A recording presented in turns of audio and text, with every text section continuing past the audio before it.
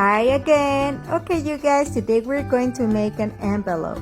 So first, take a sheet paper, the color you prefer. I'm going to take a yellow one.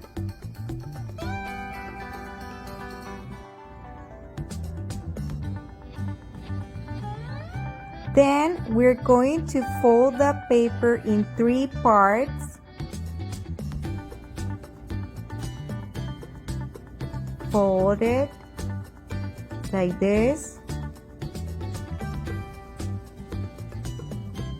And here you can see 3 parts. 1, 2, 3.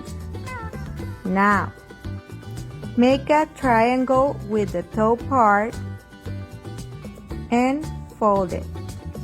Fold it each side. Like this.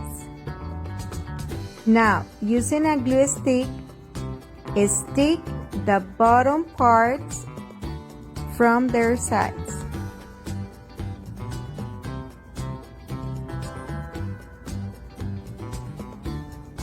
You can stick the triangles too.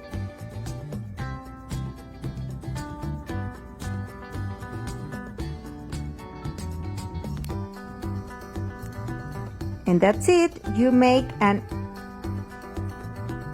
envelope.